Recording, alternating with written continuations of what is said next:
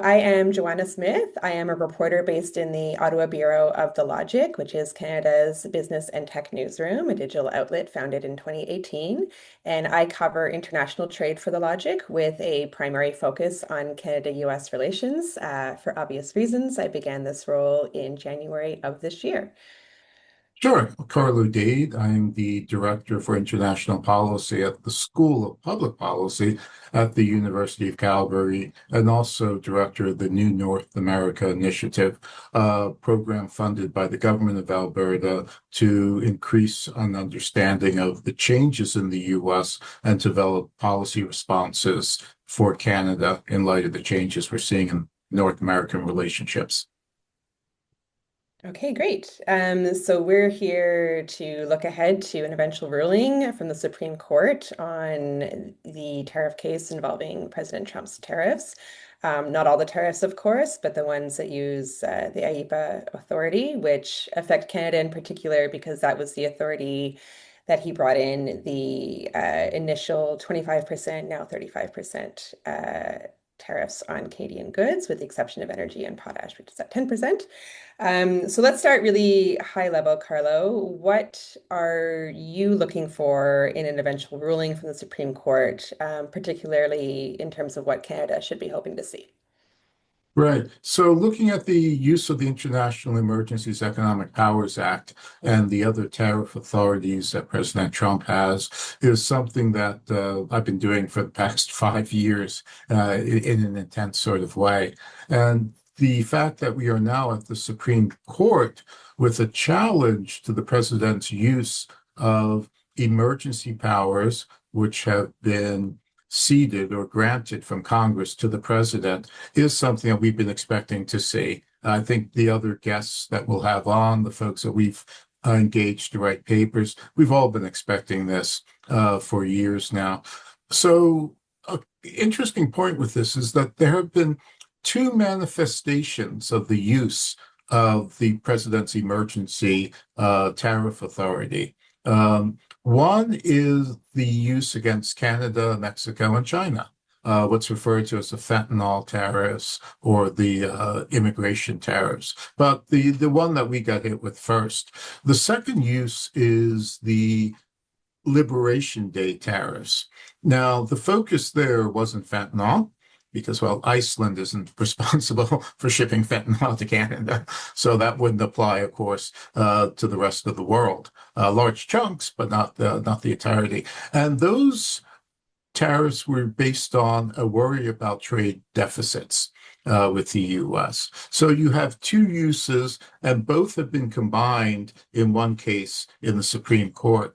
So what I'm expecting to see is well, not potentially, but what I think will happen is the Supreme Court can rule that the fentanyl tariffs are constitutional.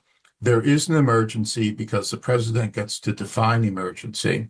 The court won't have to challenge or deal directly with the use of the tariffs itself. It can confirm the use of the tariffs by saying that the second use, the Liberation Day, is not legal, and because there's no emergency. I mean, the balance of trade deficit that's gone on for decades. And has been managed hardly meets the definition of emergency. Fentanyl and immigration, you can have that as a reasonable. We'll disagree, of course, in Canada. It's not reasonable for us, but I think the Supreme Court could find a way to find those legal and to find the general tariffs not legal. And there are more reasons for this too. There are other provisions that Congress has enacted specifically for dealing with balance of payments, or not balance of payments, trade deficit issues. So I think for those two reasons, I would expect to see a split. So essentially, the theory that the president can use tariffs in emergency situations could be upheld, but a limit could be imposed upon the president to do anything he wants. Anything can be declared an emergency. I think a limit can be imposed.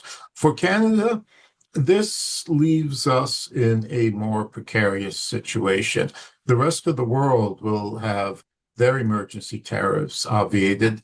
but we could still face the IEPA, the use of the International Emergency Powers Act for the purported emergency by the president. And then that places us in a unique position with Mexico and China against the rest of the world. If, on the other hand, the tariffs are declared illegally all over, well, then we have to revisit how we engage and deal with the U.S. Or if the tariffs, the lower court decisions are overruled and the president can continue, then we still have to rethink how we engage. Either way, we get an answer. We're not going to get the answer we want, or may not get the answer we want, but at least we'll get an answer, which then gives us certainty for how we should engage the U.S. Do we recalibrate or do we continue as we are now? So one way or another, we're getting an answer, and that's a bit of certainty that we haven't had in terms of the relationship.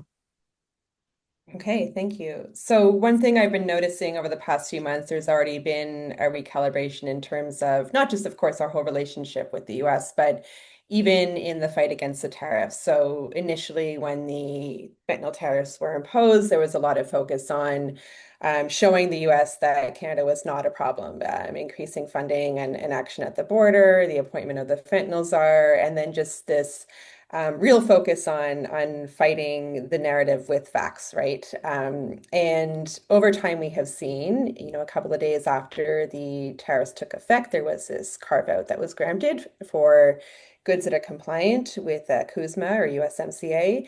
We've seen that have a huge impact in terms of sheltering our economy from what we were expecting earlier on. And we have now seen, I think, a shift in focus in terms of what Ottawa has been paying attention to on the sector-specific tariffs. These are the Section 232 national security tariffs on, restoration of the steel aluminum ones, lumber, autos, copper, etc. So those, as you know, are not addressed at all in the case at the Supreme Court. So even if everything's struck down, like where does that leave Canada in terms of any possible court action or how we deal with the tariffs from there on out? Right. Yeah, the 232 tariffs, the one tariffs, there are 4 or 5 uh, provisions under law where Congress has moved power to the president to be able to take congressional responsibility for financial issues, tariffs, et cetera. And we should note that there are good reasons for this, that Congress did this. I mean, you can't, back when the Constitution was written, things moved a bit slower. You were relying on mail by ships to effectuate change. In the modern world, with the rapidity of change, it was understandable that Congress would have to cede precedent to the authority to the executive so they can move more quickly. But having said that, the 232 and other tariffs are deeply, deeply rooted in U.S. law and tradition. And the arguments the legal arguments against them would be difficult, if not, I think, impossible to make. So that route, I think, is closed off for us. But with the use of the 232 tariffs, so these are measures that allow the president to first conduct an investigation into whether or not U.S. security is harmed by the production of goods outside of the U.S. There are It requires a completely different form of engagement. And let me note here that that bit about goods being produced outside the U.S. are a security threat is something I don't think Canadians fully understand. It's not that production in Canada is a security threat. It's not that Canada is a security threat. The threat is that the goods are produced outside of the U.S. So we really need to stop this. The U.S. is calling us a security threat and put ourselves in an American mindset and understand the way the Americans think about these issues. That's a huge first step to being able to deal with this. Getting over the Canadian sort of solipsistic view that our understanding is correct here and that our framework for thinking should be taken into consideration by the Americans. Not going to happen as a part American or dual national. I fully understand the American rationale for this. But for the 232 tariffs, a couple interesting things here. One, we had an agreement with the first Trump administration to limit the use of 232 tariffs for steel and aluminum. That agreement put the tariffs in abeyance unless certain specific conditions were met. There had to be a surge in production past historic norms. What a surge is, what historic norms were never defined. If that did occur, the Americans were to notify us and there were supposed to be consultations. None of that happened. The Americans have not given us evidence of a surge. They have not engaged in consultations. And I've asked other reporters to question foreign affairs if these processes, if what we agreed to in the first agreement was held the second time around, and the answer has been they haven't been able to get an answer out of foreign affairs. But from outside, there's no evidence that this happened. So an important note, we have negotiated with the Americans on 232. We in Mexico had an agreement, and that agreement hasn't been held the second time. So what do we do with the reemergence of these tariffs? I don't know. We can try to negotiate an agreement, but it appears that an agreement will only give us temporary relief. The Americans can end this relief anytime they choose. We had conditions. We tried to negotiate conditions the first time to give us some warning and some way to engage them, but that doesn't appear to have worked. So we're in a really precarious situation with the 232 tariffs. It can't be struck down by court, and it will be the sword of Damocles that just continues to hang over us, hanging by that thread, that hair over us. Of note, though, these impact of 232s will not be felt evenly across Canada. I've run the numbers here at the School of Public Policy for Alberta, and other than timber and lumber, we shouldn't see much, if any, impacts. The percentage of our exports to the U.S. out of all of Canadian exports, the percentage of these 232 items coming from Alberta is insignificant. So this is really going to hit central Canada hard, but the rest of the country won't feel this much. Obviously, the folks in Atlantic Canada who export timber and lumber will feel it, but wind turbines, polysilicon, not so much. You go down that list, trucks, airplane engines and parts, all of those semiconductors, all that stuff hits central Canada. So it's going to be a very uneven impact, and it doesn't appear that we have much in the way of traditional measures to be able to deal with this. One last note, the UK, when they negotiated their mini deal with the Trump administration, they asked for a set tariff on a 232 item where the investigation had not been concluded and the tariff had not been set.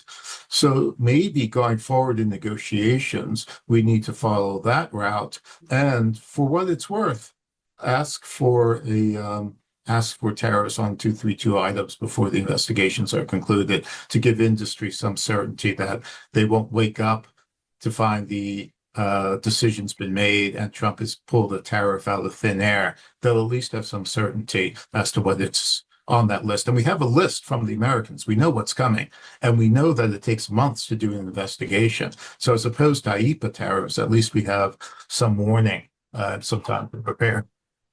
Okay. And to just go back to what you were saying about Canada really needing to view this from the perspective of Americans to understand how they view national security and economic security. Um, I think earlier on in the year, or last year, or even during the first Trump administration, and I'm not counting him on these people, but I think many people really viewed the IEEPA tariffs mainly as leverage. He's just trying to make a deal. This will be over quickly. He's going to come in hard so that he gets some concessions and he'll back off. It has become increasingly clear to everyone who wasn't sort of aware of this already that tariffs are really a central part of Trump's trade agenda, and he doesn't just want deals. He wants to fundamentally sort of remake the global trading order, right? That's become increasingly clear. That's something Prime Minister Mark Carney has sort of acknowledged and has affected the way Canada has been negotiating now or changed their tactics. So even if the Supreme Court strikes down all the tariffs, there are several options for an administration intent on bringing in tariffs. They are more circumscribed, they're more time limited, they involve Congress a little bit more. But what does that mean for Canada if he just finds another way to do it? It means, well, if the IEPA tariffs are ruled unconstitutional across the board, then we do get some relief. The anywhere, anytime, anyhow, any amount, anyone, etc., that I want tariffs are off the table for us. And we move to the more predictable, more constrained. IEPA, you have up to 270 days for the investigation to take place. They've done some investigations faster, but at least there is time. We do get notice. We also have the ability to influence that. There are public hearings and submissions. We can work networks in the US to mount vociferous challenges. We also know that the Americans are famous for slowly eating away at their first decision. So what happens when these tariffs are announced in Ottawa is the lobbying community is immediately activated. Half the lobbyists are yelling and screaming for increasing the tariffs and expanding them. And the other half of the lobbying community are arguing for specific exemptions for their clients. So that's another process that could potentially be used to find relief for us. Of course, we can't be caught meddling in the process, but there are ways to do this subtly.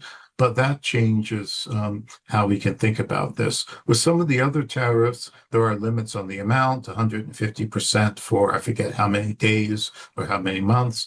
So we can find other strategies to protect ourselves. But I think at the end of the day, we're going to see a baseline tariff from the U.S.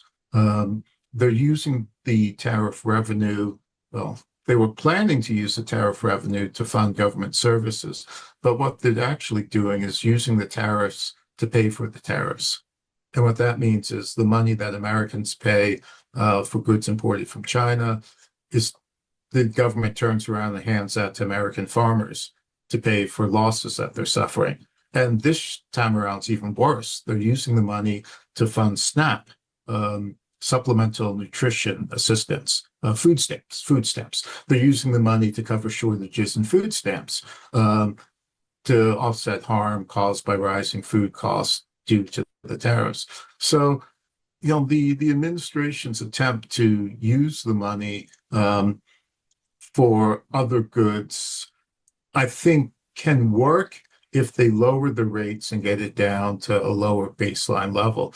That would lead me to believe that we will see a baseline level. And the largest issue for Canada is then thinking how we compete globally with global competitors for US market share when we've lost the tariff advantage. That would mean doubling down on transportation. That would mean doubling down on regulatory harmonization. Hard advantages that can't be cut by tariffs or can't be killed by the whim of the executive. So rather than tariffs, we're going to have to rely and invest more effort into regulatory harmonization, border movement of goods at the border, pre-clearance, any way where we can eke out comparative advantage against others who will also be paying a flat 10% for entry into the U.S. market. Okay, great. Is there anything else you want to add, Carlo, that I didn't think to ask you and you feel like you really want to say, or? Well, the one point about catching up to where the Trump administration is with tariffs, you're Mhm. absolutely correct that several of us saw this coming. I wasn't alone. There were several of us in the States and elsewhere that saw this coming, but we can't make that mistake again with the Americans.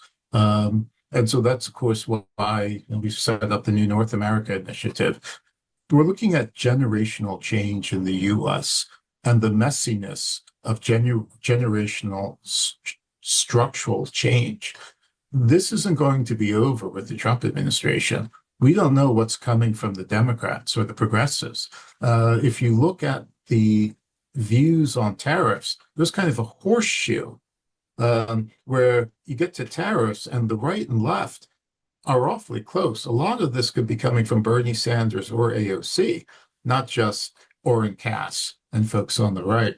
So you can see the darker, the shaded part are total U.S. Canadian exports to the U.S. Categories under 232 investigation. Now, defining exactly what to include in the export numbers is tricky. The administration lists a set in the executive order, but then they've recently come back and expanded items that were under the investigation. So it's kind of this is a good estimate of the largest potential damage that you would get reading the executive orders and figuring out which items to include and expanding it to ones that are likely to be included even more. And we're talking about small additions when you add things. So this is a good view. But for Alberta, you can see with the listed investigations, wind turbines, polysilicon, trucks, copper, you can see that the impact out here is not that great. Obviously, if you're in a community in Alberta that's a timber community or lumber community up north, well, then, yeah, you're going to be hit. But the province as a whole, less so. So I'm going to run the numbers for Ontario and Quebec at some point, but you can see that we're going to have an unequal impact of 232 tariffs in Canada. You would think that intuitively, but I think seeing the numbers really hammers home that this is going to hit some parts of the country more than others. And it really shows, like, much has been said about the stark different and understandably different approaches that Ontario's Premier Doug Ford has been taking vis-a-vis Alberta Premier Danielle Smith in terms of negotiating tactics and leverage and things like that, and how to retaliate or whether to retaliate, right? So, yeah. Yeah, we can afford to be more patient and take the longer view out here, which I think is absolutely necessary. We're not going to win. Putting retaliatory tariffs on the Americans is only going to make them angrier. It's going to harm us, increase the harm in Canada, and it's not going to achieve anything. But that's an easier argument to make in Alberta than it is in Ontario.